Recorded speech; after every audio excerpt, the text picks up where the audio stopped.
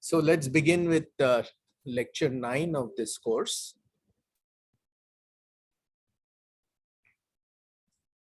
Okay, so this is where we stopped the last time, where we said that if you have some kind of flux limited sample, you will be subject to the Marquis bias. And one way to mitigate the Marquis bias is to only look at sources that are brighter than a certain flux limit. And so you can't go right up to the flux limit. So in order to do that, you use this V over Vmax test, where V over Vmax begins to deviate from 0.5, because that's the expectation value. If the space density of the objects in your sample is uniform, you expect half the objects to be within 0.5, half of them beyond 0.5, and uniform flat distribution. The moment you go fainter than what you should, this ratio will begin to deviate, and you can use that to determine at what flux limit you should stop. But this, of course, assumes a constant space density. So if you are sampling things over a wide range of redshift, for example, where space density is definitely not constant, then this test fails. Okay, so now coming back to the luminosity function, early work showed that the Schecter function is a good fit to many galaxy samples, but the free parameter L star and alpha can vary depending on the sample depth, whether it's a cluster sample or a field sample, even things like the cluster type, whether it's a poor cluster or a rich cluster. The luminosity function can vary somewhat, and it can also vary by morphological type. So the question to ask is, which one of these is, obviously all of these factors are important. So if you want to determine the importance of each of these factors, you have to keep the other factors constant and vary one of them. Okay.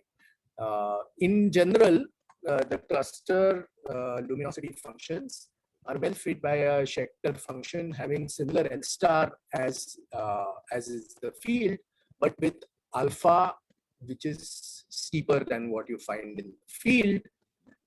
Also, there can be a dip drop near MB of -16 plus 5 log H, and there can be an excess at higher luminosities for CD galaxies.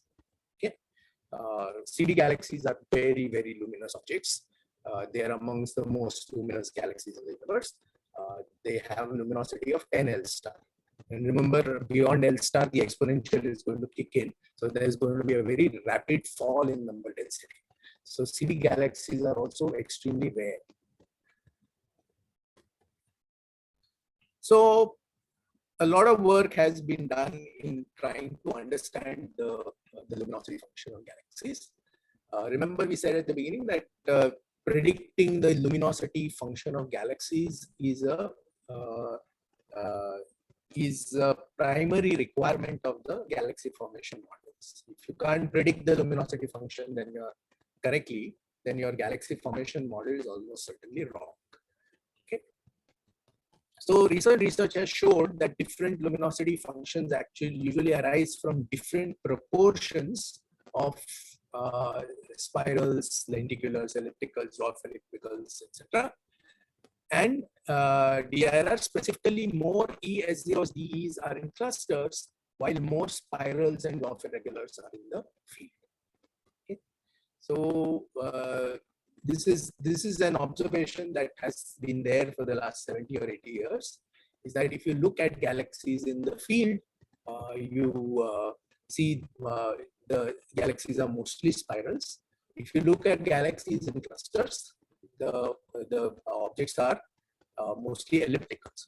And within clusters, there is even a dependence on the density of galaxies and also on the radius. So close to the cluster center, where density is high, radius, I mean the distance from the center is small, in such locations, you have almost 100% ellipticals and lenticular galaxies.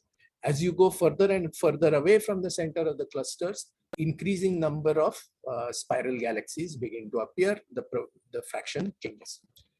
This is an observational effect which was first reported in 1980 by a paper by Dressler, and it's called as the morphology density relation. And he observed many galaxy clusters, and he found that there is a clear correlation between morphology and density. High density corresponds to early type morphology, and low density corresponds to predominance of the late type morphology. The dip at MB equal to -16 occurs at the changeover from normal to dwarf galaxies. So there is a break in the luminosity function at B magnitude -16, which corresponds to that transition. CD galaxies seem to have clearly had a different evolutionary history from most other galaxies. Probably they are grown by accretion in dense galactic environments. These CD galaxies sit at the core of big clusters, and they've basically been there for a very long time, and they've had 10 billion years to accrete galaxies. So they are basically had so many mergers and interactions, and that galaxy has grown over time to become the monster that it is. Most other galaxies in the universe don't have that kind of evolutionary history, and therefore they are not so massive.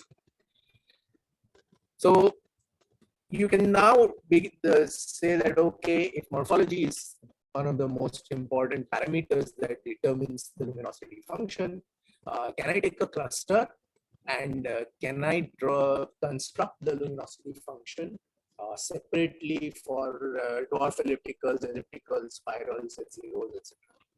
And this has been done here for two clusters, Coma and Virgo, and it has also been done for groups and in the extreme field. And as you can see, the relative proportions of the various morphologies contributing to the luminosity function changes quite drastically as you go from one morphology or one environment to another. In the clusters, you have lots of S0s and ellipticals. That number already has begun to fall as you go from a very large, rich cluster like Coma to a somewhat less smaller cluster like Virgo.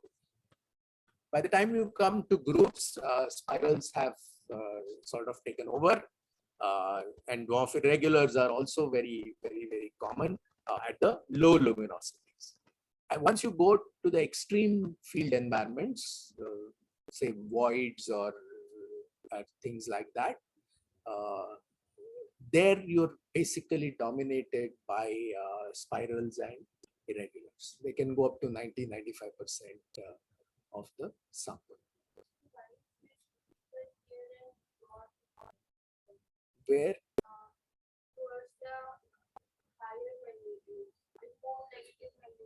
Yes. Dwarf ellipticals.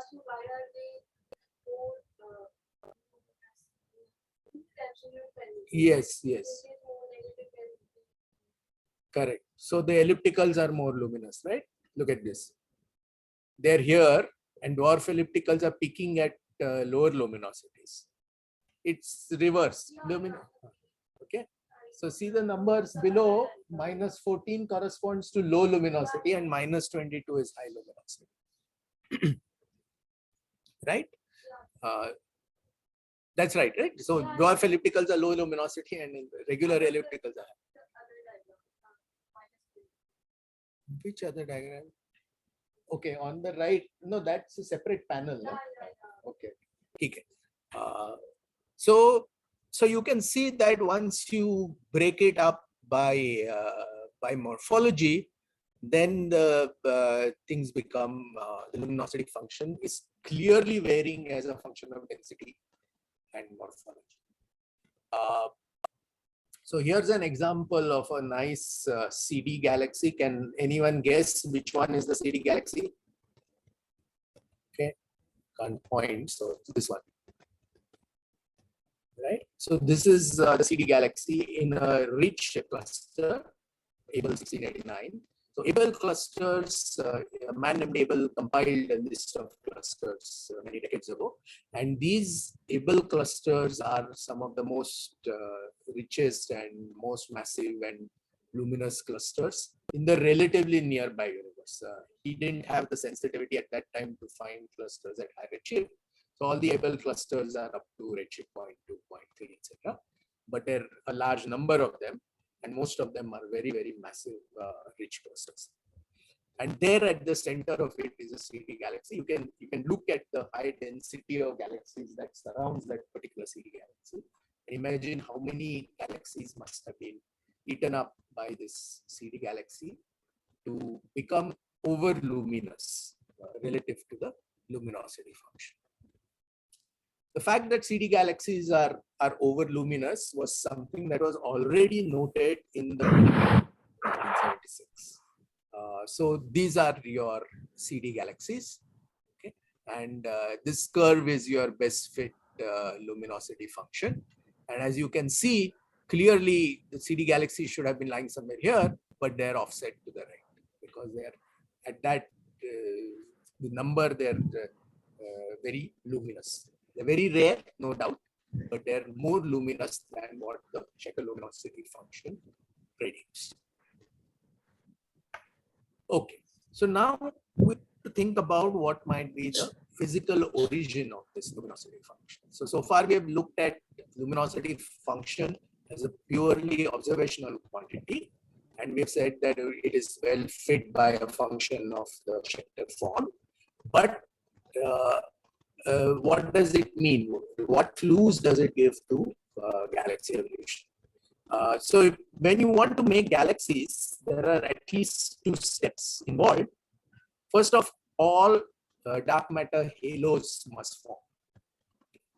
And this is a relatively straightforward and well understood process because these early dark matter halos, really the only quantity that you need to worry about is gravity. It's all operating under gravity. It's mostly Newtonian, and there could be some post-Newtonian corrections, etc. But very simple dynamics, pure Newtonian dynamics. Once that is understood, we know how dark matter halos will form. And there have been any number of simulations of dark matter halo evolution over the last 30-40 years. And so we have a fair idea of how the dark matter halos evolve with time. But the second step, which you need to make galaxies, is to make baryons fall into these dark matter halos and make stars. That is a more complex process. There, complex physics is involved. So we know from cosmological simulations that cold dark matter from the initial slight perturbations, 10⁻⁵ level perturbations that you see in density in the cosmic microwave background, these are enough to grow over time to make bigger and bigger halos by hierarchical assembly. By hierarchical assembly, one means that two halos are there, they'll merge to form a bigger halo. Then this bigger halo will merge with another slightly bigger halo to form an even bigger halo and so on. So eventually the halos grow in size. The mass distribution of these halos, of the dark matter halos, follows the Schecter form.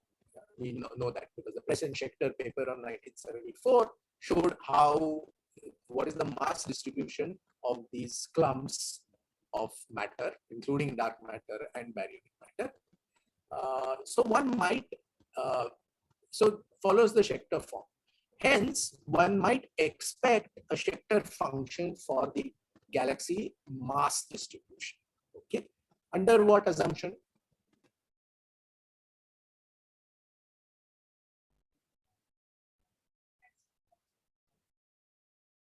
Correct. They follow the dark matter fluctuations, that is one, but they also, the ratio of baryons to dark matter is the same everywhere. If it is the same everywhere, and it's not a strong function of the halo mass, then the functional form of the mass function of galaxies should be some factor lower, a fixed factor lower than the mass function of the dark matter halos, which present Schecter had predicted. But the observed galaxy mass function has completely different upper cutoff and lower slope. Specifically, so what was observed was people said, okay, let's do numerical simulations, find out how many dark matter halos are there as a function of mass. Of course, they fit the present Schecter form. And then ask the question, how many galaxies do we see? So if this assumption were equal, under this assumption that baryons form in proportion to the dark matter halos in which they sit, baryons form galaxies in the proportion in which they think, then there should have been a clear correlation between the two. But when we do the simulations, we find a lot of halos at both the high mass end and the low mass end, which don't have galaxies.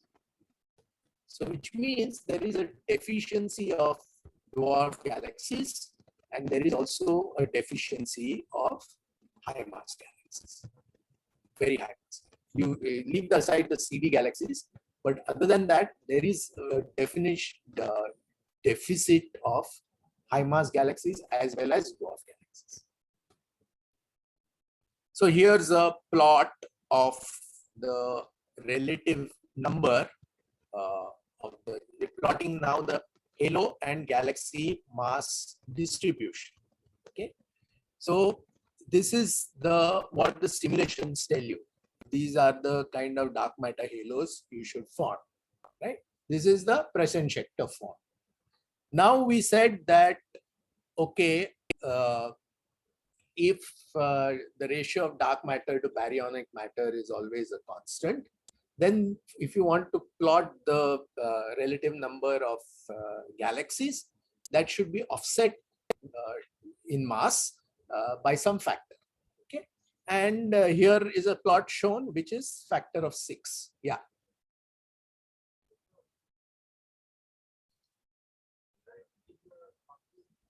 Yes. Yes. No, this is a log scale. So in a logarithmic scale, a multiplicative factor becomes a shift. Yeah. So it's a log scale on both axes, right? So it's a factor of 6 lower. Okay. So that dashed curve is the same curve but shifted to the left by log 6. Okay. Now,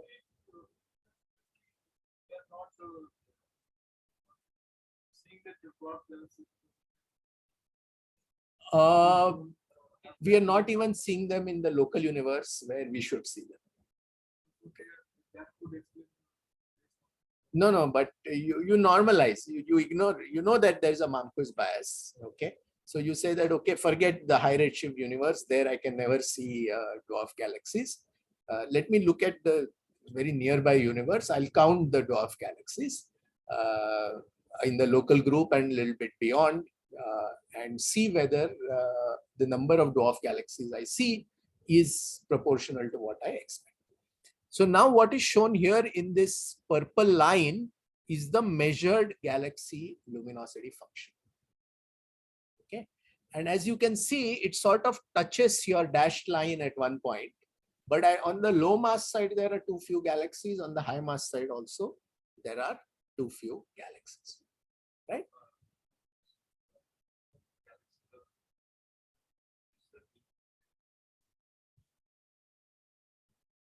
You want to do it at sufficiently low redshift that the most massive galaxies have had time to form. Okay, and dwarf galaxies also have time to start forming stars and grow. Okay, so this is all done with a very low redshift sample, not with a high redshift sample, because if you go to redshift 1, 2, you do expect the luminosity function to be very different, even for the dark matter halos. Okay. Functional form will be same, but it will shift, and L star and alpha will be different. Okay, so now we have a problem that there are too few dwarf galaxies and there are too few giant galaxies as well. Okay, right. So this is a Press and Schecter prediction of the number of dark matter halos that should form as a function of mass. Okay, mass now in this case of mass of the halo, not of the galaxy. Correct.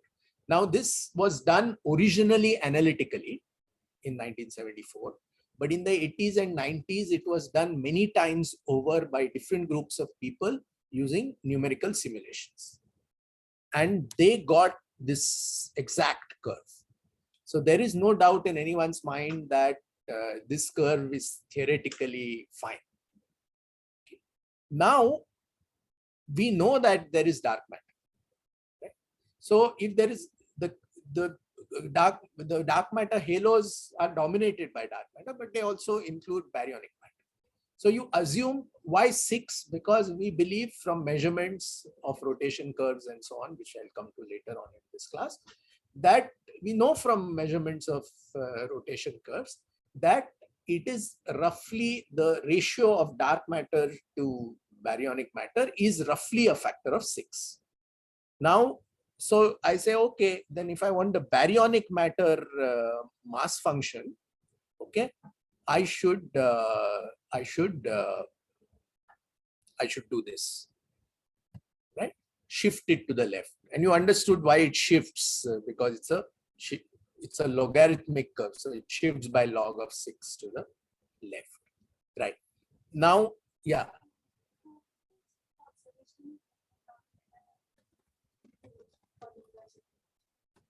Observationally, you cannot. Because you cannot directly measure the dark matter mass of halos. It is predicted, but you can measure it in some scenarios. So for example, as early as we will see that later on, in 1937, Fritz Zwicky went and measured the velocities of galaxies in clusters. Okay, now assuming the cluster is a virial system, you could use the virial theorem to predict what given the observed mass. So he says, okay, in this cluster, I can see galaxy 1, 2, 3, 4, 5, 6, 7, 8, 9, 10. I've measured all their spectra, so I know for sure they're galaxy cluster members, but they're moving too fast. Why are they moving so fast? So he, at that time, he's very, very presciently said, there is something wrong here. This cluster seems to have more mass than we can see in it. We can see the galaxies. And he predicted there is some kind of hidden matter here. And he calculated the mass to light ratio. And people said, no, this doesn't make any sense. There's too much mass in the cluster. So at that point, it had been verified. So if you place, for example, if you take the cluster observed by Zwicky, as per this function, it should be here, the dark matter, the observed mass, but actually found it to be exactly here on the dark matter curve. So this curve is theoretical, verified via numerical simulations, and anchored at a few points using observations. Particularly, it's easiest to do at the high mass. So it's not totally blank.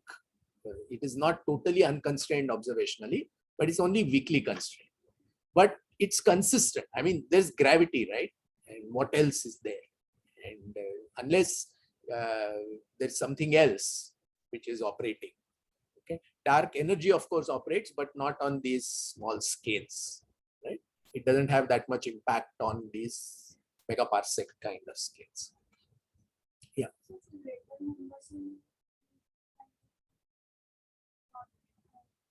Sorry, you need to have a lot more.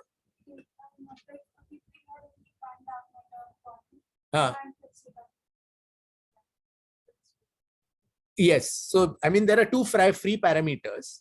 If you actually measure something here and you measure it here, you could fix it. But you're right. I mean, just one point will give you degenerate curves solutions. Okay. So that is not, you can measure it. For example, you can measure it again for the Milky Way group. Okay. You know what the mass should be as per the dark matter. Measure it, see if it fits. Okay. Right. By the way, this plot is I mean, this plot is taken from the Illustris project website, and the Illustris is one very large, relatively recent, made about 10 years ago, very large simulation of galaxy formation, which includes both dark matter halo formation as well as galaxy formation within those halos. It's a big simulation in the sense it ran on a very big supercomputer in Germany for 6 months. So very, very large simulation. Okay. So now, obviously, this mismatch indicates to you that there is something happening which we are missing when we are doing when we are studying galaxies. And of course, it was known for some time that there is going to be this halo galaxy mismatch, and that is driven by processes known as feedback processes. So in galaxies, gravity is not the only thing that operates. There are things that push back against gravity and reduce the number of galaxies that form at different masses. So you have at the lowest mass, when you look at dwarf galaxies, there is gas pressure that prevents collapse. Okay, and remember what is shown here in that red curve is the depth of the potential well. In the case of dwarf galaxies, the potential well is so shallow that almost anything can stop the gas from falling in and forming stars and the galaxy growing. So gas pressure is sufficient in some cases to prevent the collapse. Once you go to more massive galaxies, regular galaxies, the gas is blown out by supernovae. We know that star formation is happening, and supernova feedback is an important contributor to the feedback in moderate mass galaxies. Once you go to very, very massive galaxies, then like CD galaxies, for example, there the potential well is now quite deep, and in order to push gas out or keep gas out of the galaxy is harder. So you need something even more energetic, and that is the active galactic nucleus. So we know AGN are even much more powerful than supernovae in expelling gas from the galaxy, and they basically keep the gas kinematically hot, prevent it from falling into the galaxy, and prevent the galaxy from forming stars and therefore growing in size.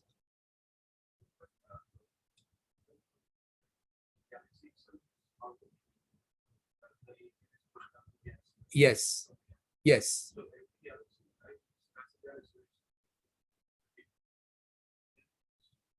Then it won't operate. But what we believe is that every galaxy harbors a supermassive black hole, and the AGN is active for a certain period of time in every galaxy. That duty cycle may be of the order of 10%. So it's a phase in the thing. So it'll expel after some time, the AGN switches off. And then, of course, the galaxy begins to form stars, gases. And then at some point, the AGN is triggered again. Again, it does a lot of feedback and so on.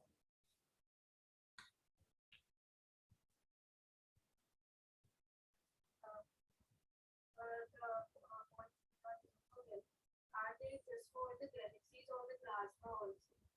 Plasma that is present in the cluster. That is also We are not, we are having here numbers of galaxies. Okay, but when you measure mass of the galaxy, it's the total baryonic mass of the galaxy. Okay, which includes gas, stars, dust, everything.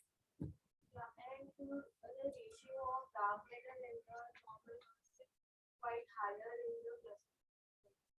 There is almost 80% of dark matter clusters. Yes. So it's offset. It is broadly correct. Okay, it may be even larger in some cases, and that we'll see. I mean, that is because of the fact that feedback is very important in galaxy clusters, because most X-ray clusters contain hot intracluster gas. Okay, a hot meaning it's so hot that it's emitting in X-rays. Very low density, but very, very high energy. And what keeps the gas hot, we don't know exactly entirely why, but we believe that AGN within the clusters contribute to energizing the gas. Okay. Also, the cluster potential contributes to sort of gravitational potential energy contributes to heating of the gas. Okay. And of course, star formation, supernovae, and so on. They also contribute to keeping the gas hot. And because this gas in large galaxy clusters is so hot, the gas can't fall in, new gas can't fall in. And so those galaxies which are sitting in clusters are like really fossilized, in the sense that they're evolving, the stars within them are evolving secularly, but there is no external gas input. And so virtually no new star formation. That is why, I mean, you can see that. I mean, not a single spiral like, not a single spot of blue in this cluster. Okay, no, there is no star formation happening. Now, whatever growth of galaxies happens is most at the cores of clusters is driven mostly by galaxy mergers. Okay, and mergers are of two types: dry mergers and wet mergers. In dry mergers, you have no gas. So the stars come together and form a bigger, so the mass, stellar mass of the galaxy is simply the addition of the stellar masses of the two input galaxies. Wet mergers are when you have gas. And gas, I told you, is collisional. So gas will collide, there will be shocks, there will be heating, there will be shock compression, and that can lead to star formation. Okay, so the stellar mass of a wet merger is not the sum total of the two stellar masses, it's somewhat higher. Okay, so galaxy clusters are very, very unique environments in that sense. Right. Yes, so the gas can't cool. So different feedback processes, supernovae, AGN, hot gas, gas pressure, operate at different mass scales and create this feedback. Now, you must realize that in order to go from here to here, it's a bit of a sleight of hand, in the sense that for this, we have some theoretical model predicting it. But the offset, we're just going to put it in by hand. It's like, okay, it's gone down by this factor, so so much of feedback must have happened. Right? There is no reason to expect the level of feedback to be so much. So it is somewhat arbitrary. So how do we now how do we adopt a prescription to go from the dark matter halo to the baryonic galaxy mass? So that is usually done by what are called semi-analytic galaxy evolution simulations. Okay. So what you do is first you carry out a dark matter simulation, and that gives you the clustering, the cosmic web, everything. And that is what is shown on the grayscale map. That is the distribution of the dark matter. And then you have some kind of prescription of how galaxies form inside dark matter halos as a function of redshift. Okay, so you say that, okay, 2 billion years after the Big Bang, highly star-forming galaxies will form where the dark matter halo density is higher than a certain threshold. Okay, so that those will be the cores of, these are the protoclusters which are forming. Then a billion years later, galaxy formation happens in somewhat lower mass halos, and so on. So you make predictions, and if your semi-analytic prescription is right, then the measured luminosity function at each of these epochs, which means at these different redshifts, must correspond to the observed luminosity function at those redshifts. Okay. So this has to be done a bit carefully, because remember, galaxies once formed cannot disappear. So a galaxy which formed at 3 billion years will contribute to the luminosity function at 6 billion years also. But it will have a different color. It may have a different morphology. It may have turned into an elliptical. So you have to keep all of that in mind and slowly build up to what we see today. And then, so if you can sort of in a prescriptive way, you can have 3-4 free parameters if you like, okay, which are sort of, you adjust them so that it fits the observed luminosity function, and then you can basically explain at every redshift the mapping between the properties of the dark matter halo and the properties of the baryons, right? And baryons, remember, one means not just galaxies with stars, but also these proto-galaxies, which are those hydrogen clouds, which we are seeing in the absorption line surveys, right? So those also have to be taken into account. Even these modern semi-analytic prescriptions predict correctly the metallicity content of not just the galaxies themselves, but the metallicity content of the absorber clouds. So all of this has to be done in a self-consistent way,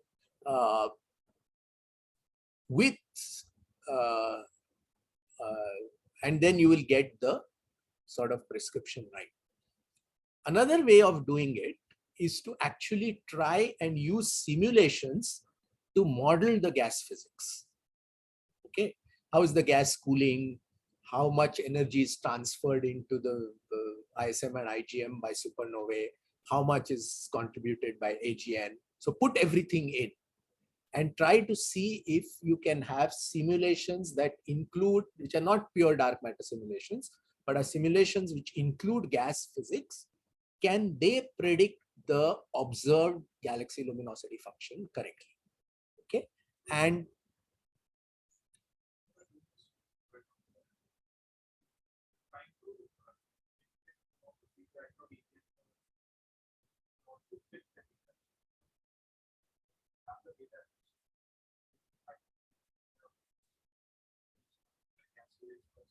yes, yeah.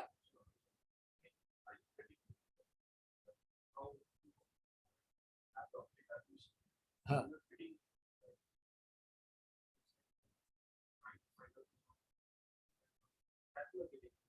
Yes, so those are the free parameters that you tweak. You are constraining those parameters. Yes, using the observed, you're using the observed luminosity function to constrain some of the feedback parameters. Okay, and by doing this, measuring the luminosity function at different redshifts, you're actually constraining those parameters at different redshifts also. So we know, for example, that AGN were much more active at redshift 2 than they are today. So the AGN contribution must have been higher at those redshifts. So when you tweak it, you should get that as the answer. If you're not, then again there's a problem with your model. So this is again now the simulations with gas physics included is shown by that green line. So the purple line goes through those white data points. That's the actual data. Is the Schecter fit to the actual data. And the green line is the one that comes through simulations.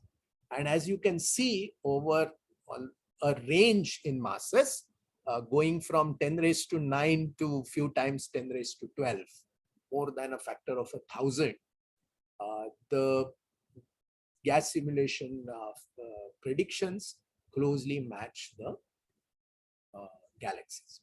So semi-analytic models were very popular 20 years ago because the gas simulations are very, very complicated.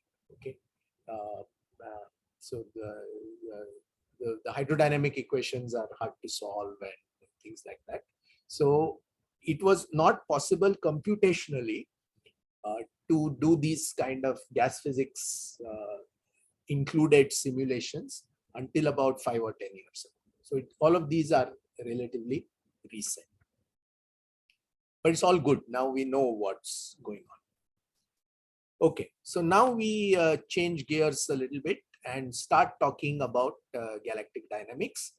I'm going to visit galactic dynamics in 3 or 4 different lectures from 3 or 4 different angles. So I'm not going to cover dynamics in one go because I think if it is motivated with its connection with other things, it's more useful. The standard textbook for galactic dynamics is this one by James Binney and Scott Tremaine.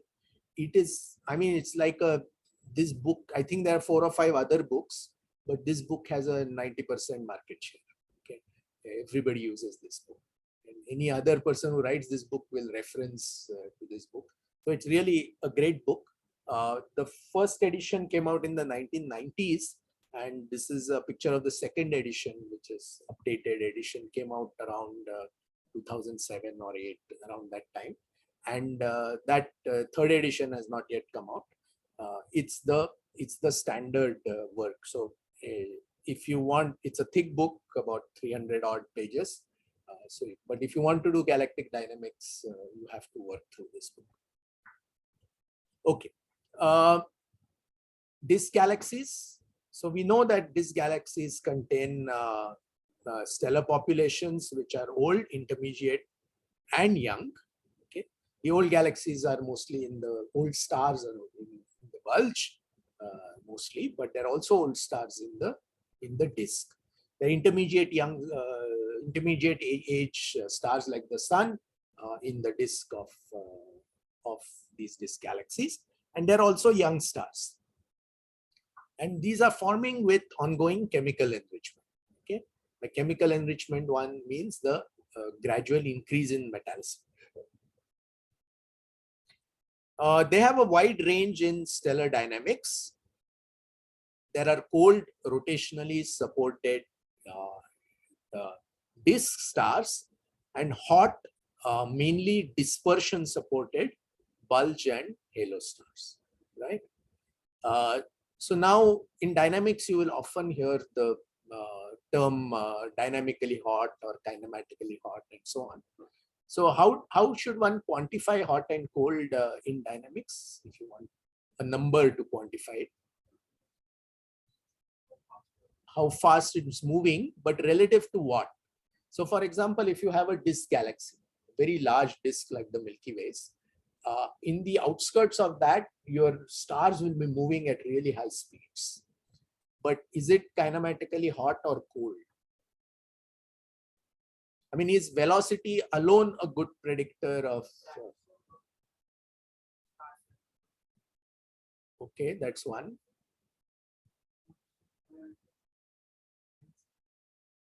No. I mean, relative to what? I mean, the velocity, can you normalize the velocity by some parameter? Velocity dispersion. Okay, right? So if the ratio of velocity to velocity dispersion is high, okay, that indicates very regular motion. Whereas if the ratio of velocity to velocity dispersion is a low value, that means it's going anywhere, everywhere. The velocity may be high or low. The absolute value of the velocity doesn't matter so much. What matters is how is it relative to the velocity dispersion. And in the disk of the galaxy, although the velocities may be high, the velocity dispersion is quite low. And therefore, the disk we say is kinematically cold. But in the bulge and in the halo, stellar halo, you have stars going off around in random direction like bees in a beehive. So they don't have a well-defined net angular momentum or velocity vector. Okay, so these are dynamically or kinematically hot.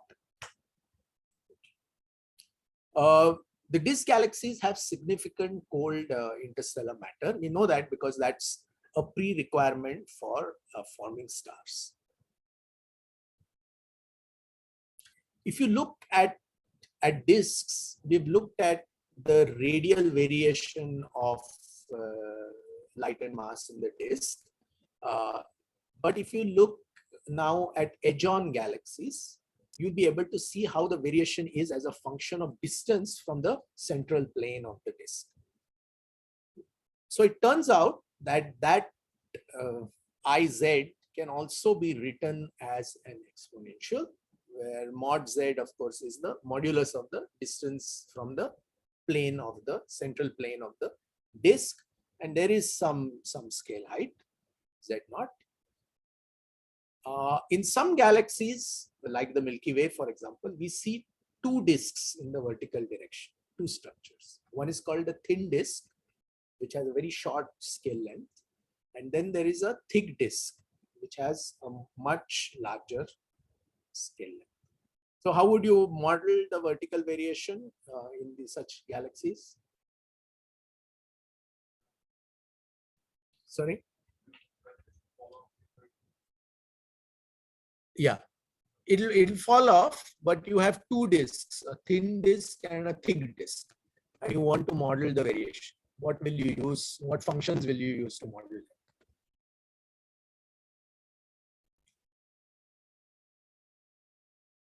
The same. I mean, they're both exponentials. Okay. So like, remember when we discussed disks, we said that in some galaxies, you have an inner disk and an outer disk, right? And you put two exponentials, one for modeling each of them. Here, same thing you can do here.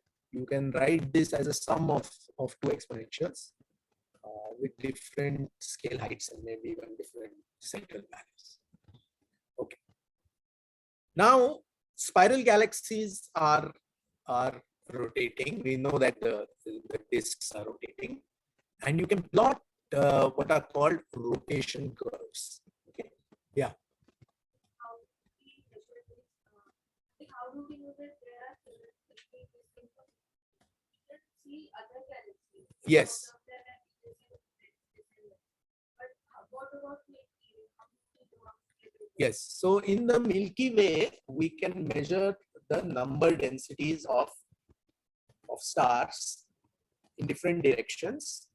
Okay, and we can measure for stars which are relatively close by. We can measure through parallax their distances. So we can, suppose you're sitting in the disk around the sun, you can measure for, let's say, 10,000 stars. You measure whether they're in the, how far they are. You can measure the three-dimensional positions. Once you get the three-dimensional positions, you can plot the, basically you're getting a number density like you would for an edge-on object, except that you're doing it with individual stars. That's how you construct, and there you find that, okay, there is a sort of higher density here. It falls off as an exponential, and then there is a thick disk which sort of begins to dominate, and that density then also falls off as an exponential. So there's a short scale length disk and a larger scale length disk sitting on top of it. So that's done purely observation. So this was, of course, done in a very tedious way 30, 40 years ago when the thin and thick disks were discovered. But now there is a mission called Gaia. Okay, and Gaia is really spectacular because what it does is it's not only measures parallaxes, it also measures proper motion for all of these stars. And so you can clearly make out, okay, this is from a tidal stream, that one is a disk star, that follows a halo star, etc. And you can measure it for much fainter stars, so you can go much further away from the sun, and therefore you get we are actually measuring phase space velocities of stars in the galaxy and constructing regular 6-dimensional phase space diagrams for all of them.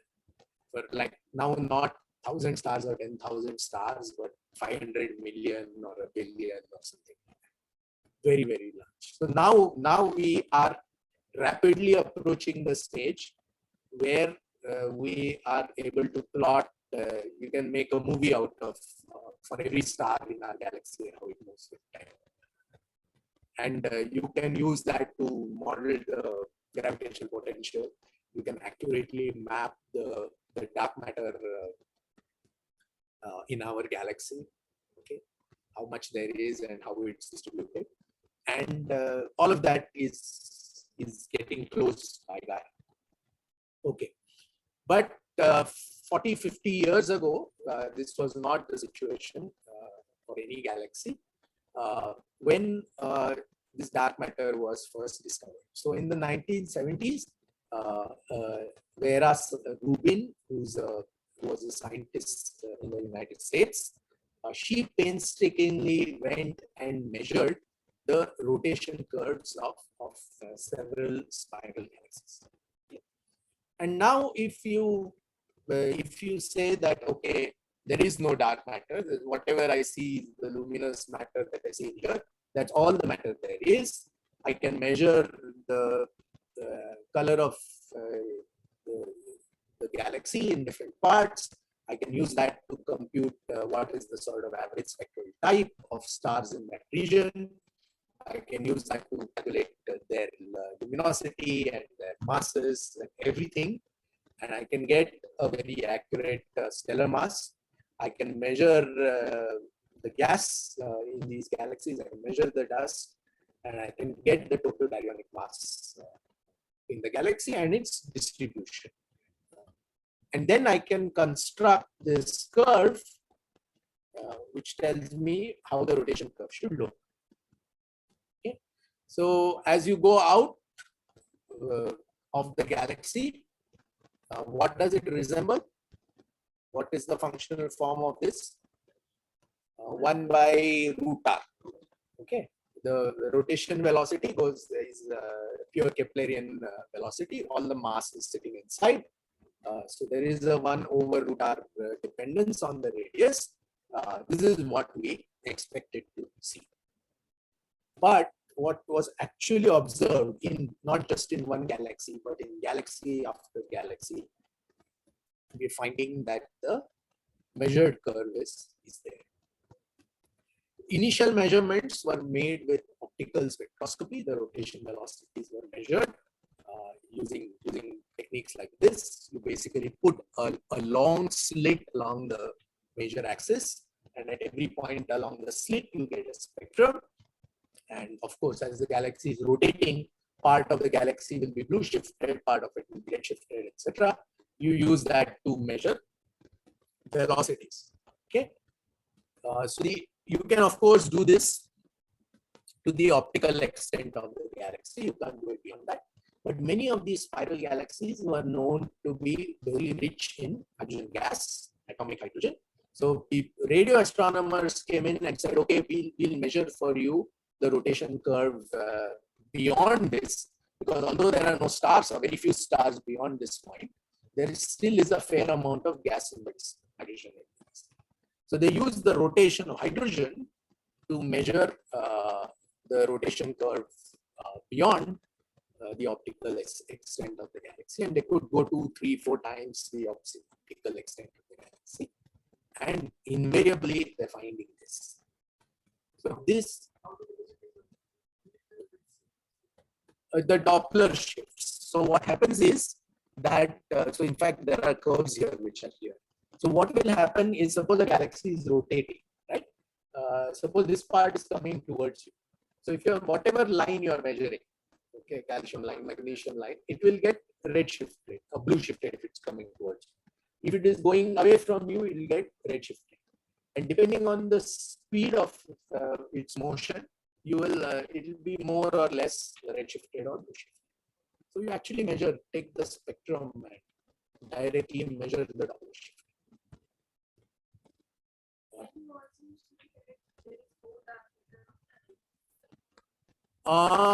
You cannot say that there is more dark matter on the edges.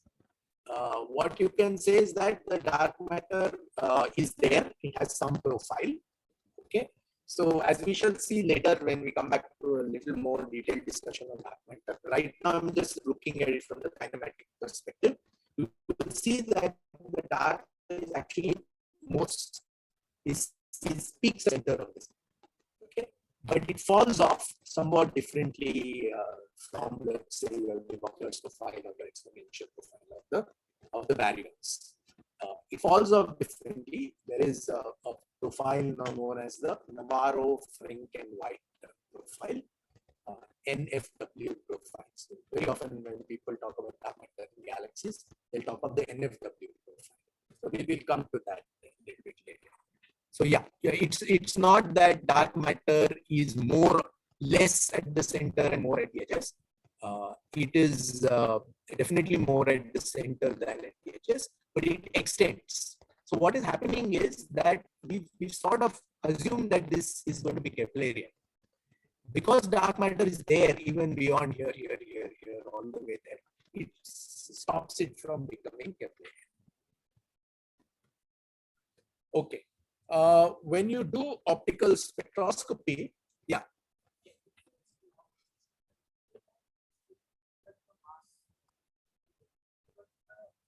Yes, that is true. Okay, but yeah, I mean that's a detail. I mean, if you want to word it like, yes, of course it has. Kepler's law is derived from Newton's law. Okay, Newton's law is not violated. Okay, Newton's law of gravity holds. Now, of course, you will see that there are, and again, we'll revisit this later. Some people say that, okay, there is no dark matter, but Newton's laws, 1 over r square, doesn't hold at these large distances. So we'll modify the power of, we'll make it r raised to 2.101 or something, some non 2 value. And then, so that those are called MON theories, or short for modified Newtonian dynamics. So you change Newton's laws instead of, and there are a whole family of theories, which are the MON theories, which say that, okay, this is a simpler explanation than dark matter. But most people believe that it's the dark matter, that there is something real. There are dark matter particles which we can't see in light, but they're there, they're distributed everywhere in the universe, and they are what are causing this. So remember, the galaxy here is sitting in a dark matter halo, okay, which you can't see. And that is the halo has the Navarro-Franken-White profile. Now, as we shall see later, not every galaxy is seated at the center of a halo. There are central galaxies which sit at the center of a halo, but there are also satellite galaxies which lie within the same halo, but don't sit in at the center. And then they may have mini halos in which they sit. So all those complications are there. Okay. So what you can do with a given rotation curve is that you can build a mass model for that galaxy. So for this particular galaxy, this is the amount of dark matter and this is its distribution, is what you can do. And this is, from here we started getting those numbers of roughly 6 times more dark matter than baryons. So when you do optical spectroscopy, you have basically 3 modes. One is when you have a 0-dimensional fiber, which you place somewhere, and the light goes down that fiber, gets dispersed, and you get a 1D spectrum. And therefore, this is referred to as 1D spectroscopy, although you are getting it from a 0D source. Then there is 2D spectroscopy, which is what we use for these spiral galaxies. There is a 1-dimensional slit. The input light coming through that slit is dispersed, and that will produce a 2-dimensional spectrum. Okay. Then there is 3D spectroscopy, where a 2D, you basically try and get a spectrum at every point of the galaxy, not along the slit, but at every point. So you have 2D lenslets or bundled fibers as the input, which is then dispersed and produces a 3D spectrum. Okay. 3D spectrum is a data cube. At every RA and DEC, you have a spectrum. Right. So I think we'll stop here and take any questions and then continue next time.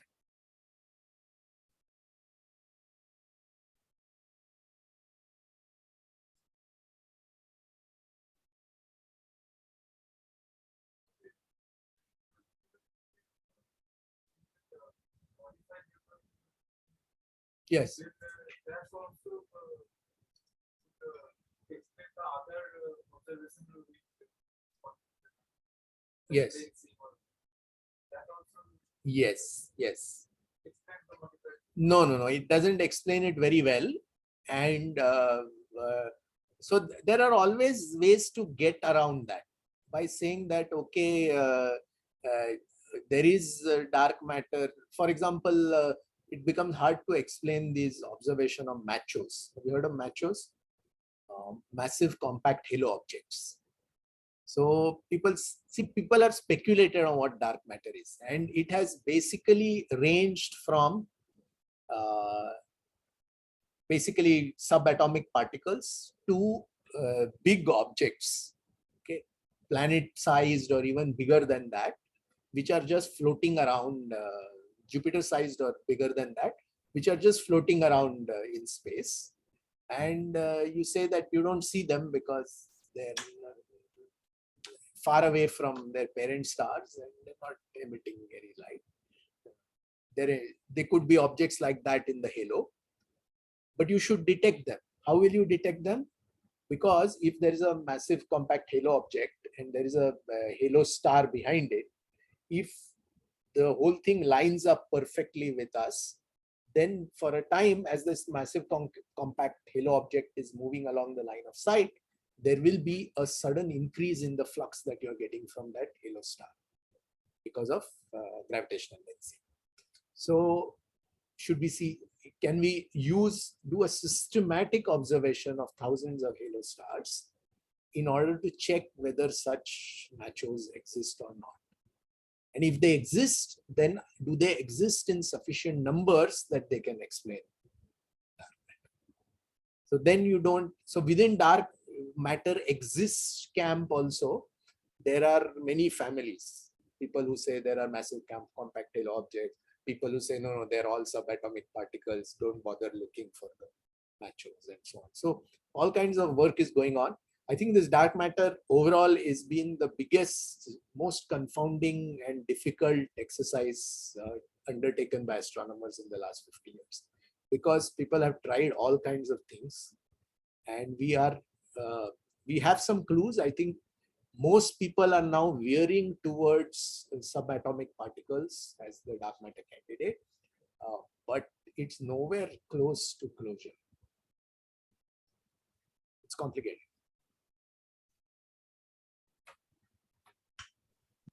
Sir, I have a question. Yeah, go ahead. So the solar system and the sun is moving around the center of Milky Way as well, right? With some Correct. velocity. So Yes. how does we correct it for the to find the velocity curves of galaxy? We must correct for the rotation of sun around the solar system as well, right? Yes, yes. So you correct for that. You obviously correct for that. So whenever you construct this spectrum and try to measure that, what you correct for, you first correct for the revolution of the Earth around the sun. Okay, that's 30 kilometers per second. Then the sun is going around the center of the Milky Way. That's at 220 kilometers per second. Okay, and so on. Sometimes you can get away without correction if you say that we are the relative motion of the sun is not different for one part of the galaxy and the other part of the galaxy. They're very close to each other. Okay, so you just subtract out a sort of net effect, a net constant, and then measure the Doppler shift. So what you would do is you would measure the Doppler shift of the center of the galaxy. Okay, and that would have contributions from everything: peculiar velocity of the galaxy itself. It would have a contribution from the expansion of the universe, the fact that the Earth is going around the sun is going around the center of our galaxy. All of that will have a contribution there. Take out, subtract that contribution, make it 0. And then relative to that, see how much blue shift and red shift there is. But what you're saying is right, that if you really want an accurate redshift, you must take into account all of these effects.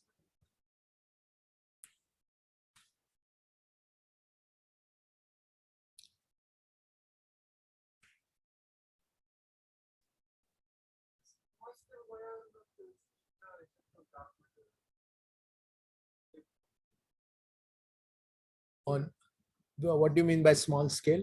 Like the observe the rate calculated calculated. Right. It is fitting there in the center region. Yes. That region, the dark matter, it is explained. So what I'm trying to say is that where the in the center region, Huh. we are what we are calculating from the baryonic matter. Yes. And what we are seeing is matching. Yes. So why are we consider effect of dark matter in that region? Because the ratio is not the same. The ratio of baryonic matter and to dark matter is different in different parts of the galaxy. So you could have certain parts of the galaxy where you're dominated by where baryonic matter is nearly 90% of the total matter, in which case you will not see much of an effect of the dark matter. So it's not constant. The ratio, because the profile of the density profile of baryons and the density profile of dark matter are not matching. They're not in the exact scaling. They're different.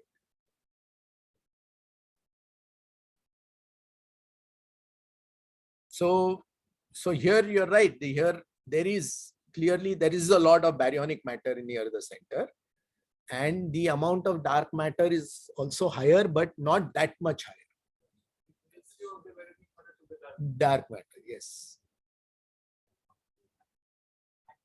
And actually, wait, hold on a second. Remember, this curve, this white curve is actually total matter. It's not baryonic matter. It's not dark matter alone. Over here, where baryonic matter is contributing very little, and this is here, it's true. So here, the the relative dark matter, where the curves match nearly exactly, the relative dark matter will be very small compared to the baryonic matter. Yes. Cumulative effect of what? The mass is there is rapidly here, and when we are measuring the velocities at the edge, then we are taking All of this matter together. Exactly. Yeah. So whatever is internal to that radius is what will contribute to the velocity. Yes. Yes.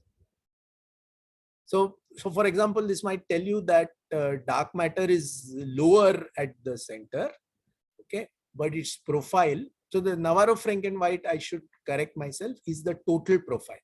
Very often when people say dark matter, they actually mean total matter. So you have to be a little careful about what exactly is being meant.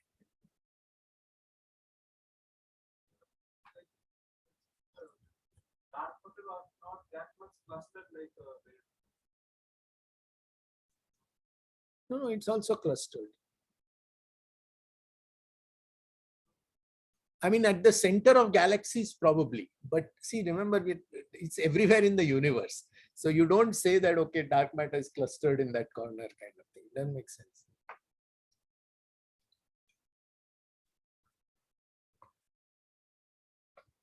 And it's not interacting except gravitationally. That's the whole thing. Okay, you make any experiment to detect it, it's not generating one photon anywhere. That is why it's so difficult. See, we have some particles like neutrinos, for example, which hardly interact with even high density matter like the Earth. Neutrinos can pass right through the Earth. But even they, you build an underground experiment, okay, and they will, once in a while, one neutrino will create a flash of light, and you can measure it. This is not like that. This is just dark matter particles maybe just going through our bodies all the time, and we're not feeling it.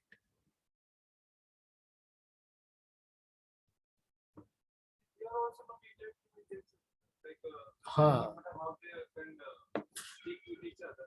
Yeah. No, they're interacting gravitationally, definitely. So because the dark matter halos are building up over time. But baryonic matter is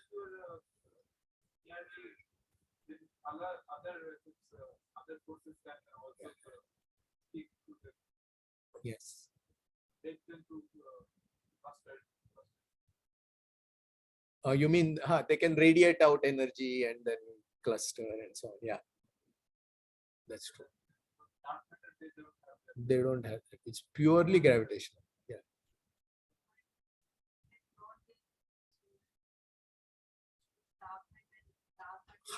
So Why the spots range still, why are not considering the dark matter? because you are looking at very extreme densities, right?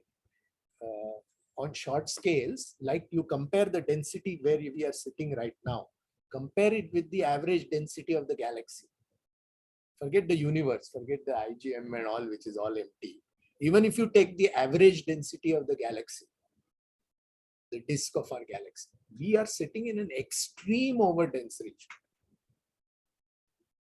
And the solar system is also overdense, very overdense. If you take the average density in our solar system, compare it with the average density of our galaxy, you'll say, oh, there is so much gap between Earth and Mars and this and that. But still, because remember, the distance between us to the nearest star is 4 light years. The whole solar system is sitting in a few light hours.